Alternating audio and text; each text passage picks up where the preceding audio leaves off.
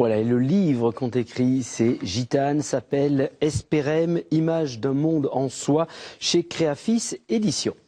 Allez, on change complètement d'univers. Nous sommes dans une région, notamment pour la partie Languedoc-Roussillon, il y a beaucoup de terres argileuses. L'argile, qui n'est pas qu'une roche sédimentaire, elle a aussi des propriétés médicinales, vous allez le voir, assez étonnant. Nous en parlons avec Nina Moureau, naturopathe.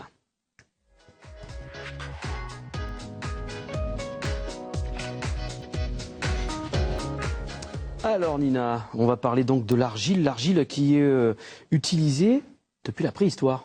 Oui, c'est pas pour rien si on utilise l'argile depuis de nombreuses années. Elle est très riche et très intéressante pour de nombreuses raisons. Alors la première raison, c'est qu'elle a un pouvoir adsorbant.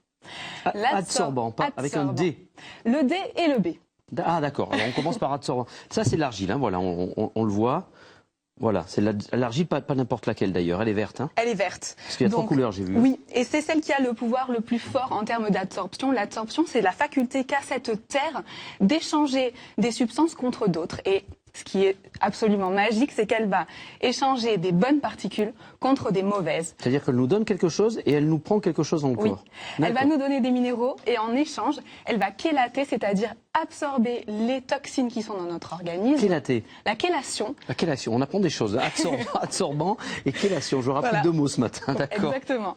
Ensuite, elle est absorbante. Donc, elle absorbe les liquides et les gaz qui sont en trop grande quantité dans l'organisme. Donc, en ce moment, avec les épisodes de gastro-entérite, c'est très intéressant puisqu'elle va absorber les liquides qui sont en trop dans l'intestin et par là même nous éliminer les bactéries et les virus qui sont à l'intérieur puisqu'elle est assainissante.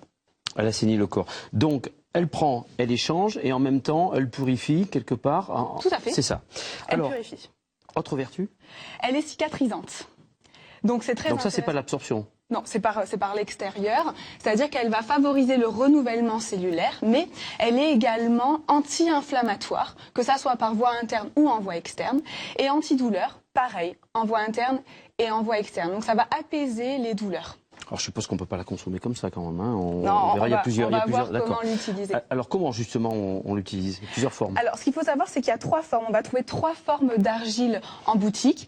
La forme la plus brute, c'est l'argile concassée. C'est des petits bouts de cailloux qu'on va réhydrater avec une eau minérale. Ah, c'est même pas ça. Ça c'est de la poudre. Hein. Non, ça c'est vraiment la poudre. C'est la seconde forme d'argile, beaucoup plus facile à l'emploi puisqu'il suffira d'apporter de l'eau, de remuer avec une cuillère en bois important puisque l'argile chélate.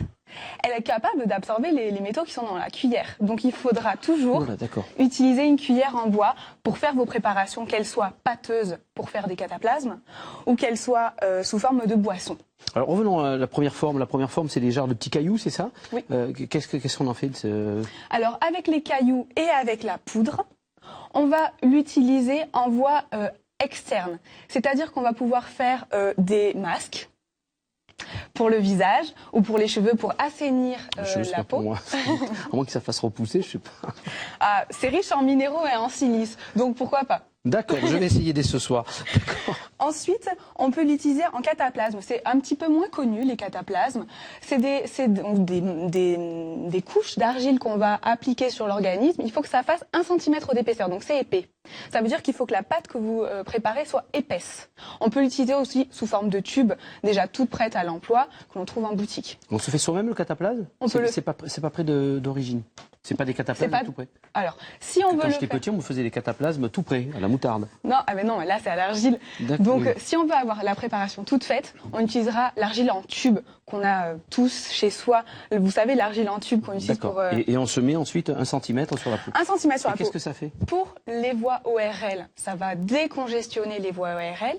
On peut l'utiliser aussi pour le système articulaire, musculaire, tendineux, osseux. Par exemple, une fracture, une entorse, une tendinite. Ça résorbe pas la fracture quand même. Mais ça va soulager la douleur puisque c'est anti-inflammatoire. D'accord. On peut aussi l'utiliser quand on a une épine qui ne veut pas sortir de notre organisme. Ça va absorber, ça va la faire comme un aimant. Ça va agir comme ça. On met un petit peu d'argile et ça sort. Ouais. D'accord. Alors ça c'est externe. Interne? Alors la voie interne, on la pratique moins et pourtant c'est très intéressant pour deux choses. Assainir un organisme et le revitaliser. Alors la première, assainir un organisme, on va utiliser une boisson d'argile qui contient une grosse cuillère à soupe d'argile à laquelle on va apporter de l'eau, on va remuer et on va boire. Ça va permettre de nettoyer l'organisme, de le détoxifier, de chélater les métaux lourds, les polluants, mais aussi après les fêtes.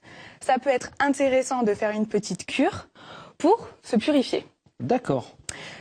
Donc il faudrait que j'en prenne là. Pourquoi pas. Et ensuite, ça va avoir un impact. Cure, c'est tous les matins? Le matin, oui, c'est de préférence. Et si on veut juste revitaliser un organisme qui est un petit peu fatigué avec l'hiver, on va utiliser une eau d'argile. C'est-à-dire qu'on va faire cette même préparation le soir, mais on va laisser décanter l'argile et on va boire le surnageant, le matin à jeun. Juste ça. D'accord, très bien. On trinque? Allez, ben on trinque. Pour finir là, ben d'accord. Dans l'oreillette, on m'a dit je veux te voir le boire. Ah oui, oui. Alors c'est pas mauvais, contrairement à ce qu'on me dit là dans l'oreillette. C'est pas mauvais du tout. Oui, c'est délicieux, c'est pas du champagne, mais. Ah ben voilà, on boit tout en plus. Comme ça, je vais pouvoir me détoxifier. Merci Nina. Et puis au mois prochain pour les nouveaux conseils avec des choses de la région. Est-ce que tu chantes? Pas trop. Pas trop. Eh ben, on va écouter des chanteurs. En 1984, du côté de Béziers, dans l'Hérault, s'était créé un centre régional de la chanson. L'objectif, c'était pour des gens quand même qui avaient un petit peu un brin de bois et pour certains une expérience, c'était apprendre à monter en gamme, si je puis dire, avec des professeurs, des cours et même des conseils pour faire carrière. Et vous allez voir qu'il y a même des conseils qui ont été donnés par la dernière compagne d'un immense chanteur, Jacques Brel, Madly, qui était parfois de passage dans ce centre régional de la chanson. Retour en arrière avec ce reportage des archives de l'INA et de France 3 Languedoc-Roussillon.